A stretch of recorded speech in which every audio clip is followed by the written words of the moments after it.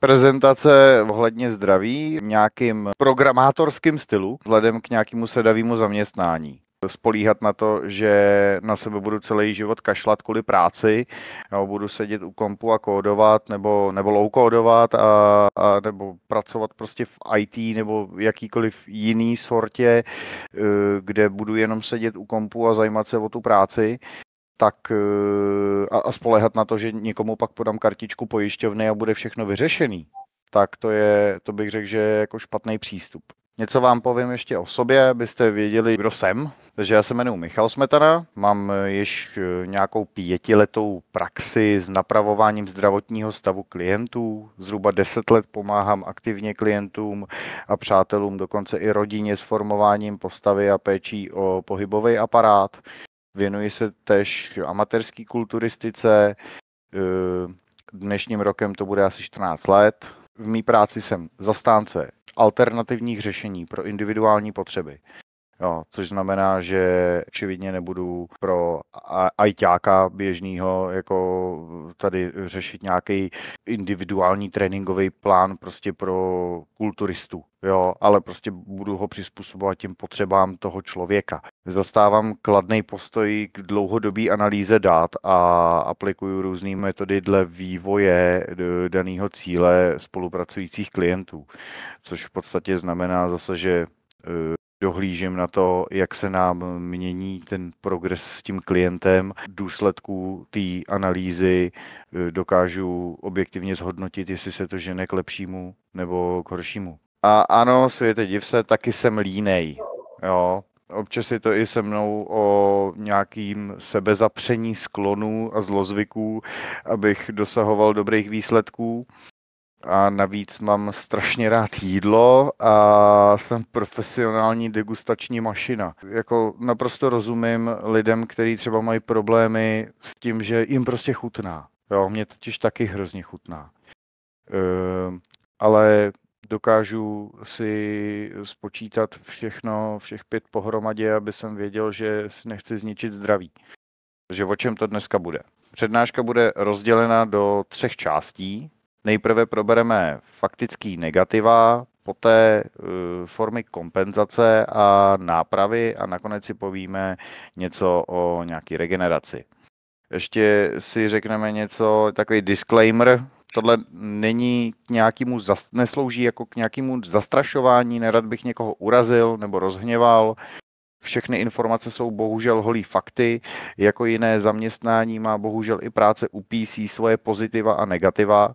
Měli bychom je mít na vědomí a přikládat jim adekvátní váhu pro dosažení kompenzace do té míry, kterou od života požadujeme. To znamená být zdravý, že jo, logicky. Takže každý jsme svýho štěstí strůjce a máme možnost si do jisté míry vybrat, zda nám za nějaký peníze navíc to odkládání vlastního života stojí.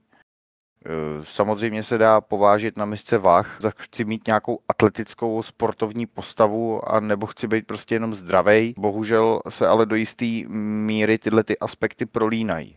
Jo, takže, jak se říká ve zdravém těle, zdravý duch. Duch není myšlený jenom duševně, psychicky chcete-li, ale zahrnuje to taky naše orgánové funkce, cirkadiální rytmy, metabolické procesy, parasympatikus a tak dále. Takže pokud zrovna vám není zdraví úplně ukradený a chtěli byste na některých aspektech postupně začít pracovat, tak si prosím vyslechněte dnešní přednášku.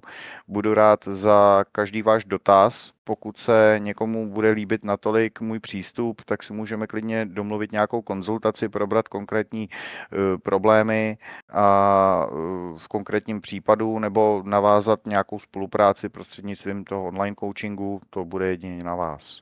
Teď tady máme ten dopad na tu energii a produktivitu. Takže nedostatek pohybu zpomaluje krevní oběh, což vede k nižšímu přísunu kyslíku a živin do mozku, což nám z toho vyplývá ospalost, únava, snížení koncentrace, špatné držení těla, dlouhý sezení a toho zase plyne stuhlost svalů, bolest zad a snížení vitality.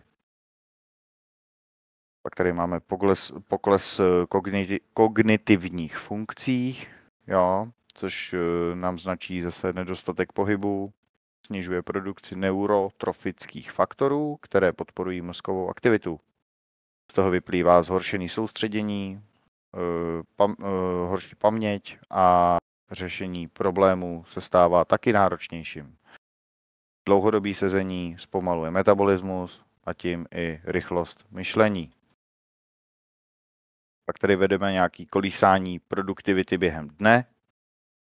Jo, to si taky určitě můžete všimnout, že ráno třeba to odděláte nejvíc, pak přes den už je to horší. Jo. Takže ta dopolední produktivita může být vysoká, ale odpolední je propad, jo, kvůli té únavě a mentálnímu vyčerpání. Prokrastinace a roztěkanost, nevyvážený režim vede často k rozptylování, sociální sítě, internet, odpočinkové aktivity. Vyšší hladina stresu a vyhoření. Monotónnost a stereotyp, práce s kódem a nebo dlouhodobý sezení, soustředění na detail může vést k mentálnímu vyčerpání. Nedostatek přestávek a pohybu může zvyšovat hladiny kortizolu, což je stresový hormon, a to může vést zase k další únavě a vyššímu riziku toho vyhoření. Můžu říct, že jako spousta těch trenérů tady absolutně vůbec neví, co těm klientům píšou do jídelníčku tréninkových plánů a jenom kopírujou texty prostě. A doufají, že to bude fungovat, případně to nějak jakoby započítají, aby to teda sedělo, ale jakoby do hloubky ta struktura toho, proč je tohle tak a tohle tak, jo, proč mám radši si dát před tréninkem rýžovou kaši než arašidový máslo, jako ti půlka lidí neřekne, že jako proč to tak je. Každý den zařaďte alespoň krátkou pohybovou aktivitu. Seďte si správně, protahujte se, hýbejte se, jeste kvalitní jídlo, dostatek bílkovin a pijte vodu. Bez spánku a správného uchopení regeneračních technik budeme stagnovat fyzicky i mentálně. Pokud začneme hnedka, bude vidět, že to jako s tím životem myslíme vážně a není to jenom nějaký výkřik do tmy. Tak, tady je ještě na mě kontakt, kdyby se někdo chtěl na něco zeptat nebo si na to vzpomněl později.